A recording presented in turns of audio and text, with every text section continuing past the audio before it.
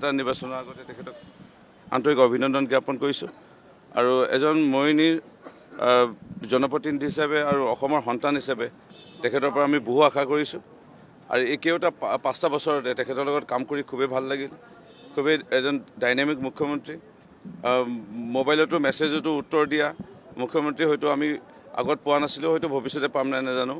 আৰু এনেধৰণে সঁহাৰি প্ৰত্যেক ক্ষণতে 24 ঘণ্টাত হয়তো তেওঁ 3 ঘণ্টা 4 ঘণ্টাহে চাগে বোধহয় শুৱে। ৰাতি 2টা বজাতো মেছেজৰ যদি ৰিপ্লাই পাওঁ, ৰাতিপুৱা 6টা বজাতো যদি কেতিয়াবা ফোন পাওঁ, তাৰমানে সেই 4 ঘণ্টা মানে শুৱে যেন পাইছোঁ।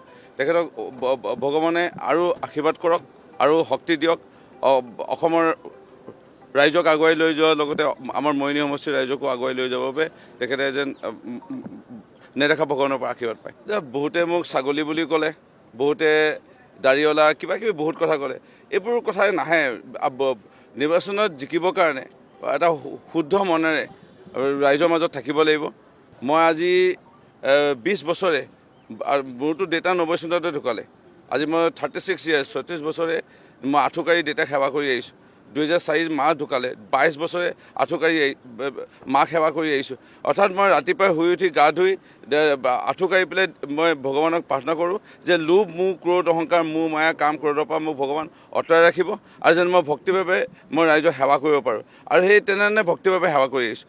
অন্য ইয়াত মেজিক বুলিবলৈ একো নাই, শুদ্ধ মনে সেৱা কৰি আহিছোঁ।